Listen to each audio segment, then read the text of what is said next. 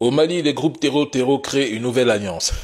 Les principaux groupes armés séparatistes du nord du Mali ont annoncé la formation d'une coalition politico-militaire appelée le FLA. Donc, avec une force de feu aussi grande comme celle des Fama, ils choisissent de s'allier pour les affronter. Mais les gars, si ces groupes terreau dans le nord du Mali s'unissent constamment, cela pourrait indiquer qu'ils rencontrent des difficultés à fonctionner efficacement de manière indépendante, individuelle, manquant de ressources, de soutien ou même de capacité pour mener des opérations d'envergure.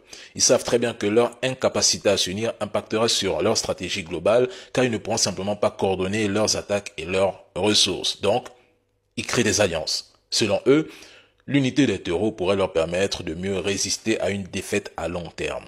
Leur fusion vise à éviter la perte de territoire et l'affaiblissement de leur influence. D'ailleurs, ce matin à l'aube, plusieurs drones des forces armées maliennes ont ciblé des terreaux à la frontière algérienne dans la région de Tinzaouaten. Pourtant, on nous expliquait ici qu'à cause de l'Algérie et la Russie, le Mali ne peut plus intervenir à Tinzaouaten.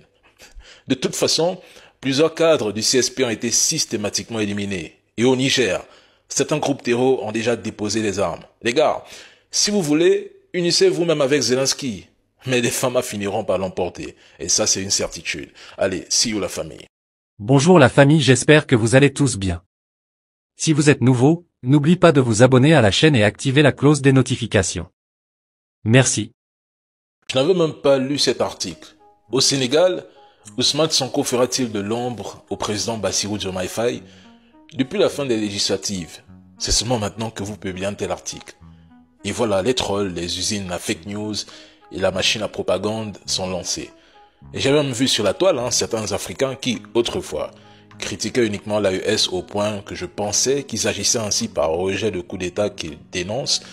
Mais dès que le Tchad a pris sa décision et que le Sénégal a exprimé sa volonté de faire partie des militaires français, ces mêmes Africains qui ne sont ni Sénégalais, ni Tchadiens, ni Maliens, ni Burkinabés, ni Nigériens, la précision est importante, ont soudainement commencé à critiquer le Sénégal et le Tchad.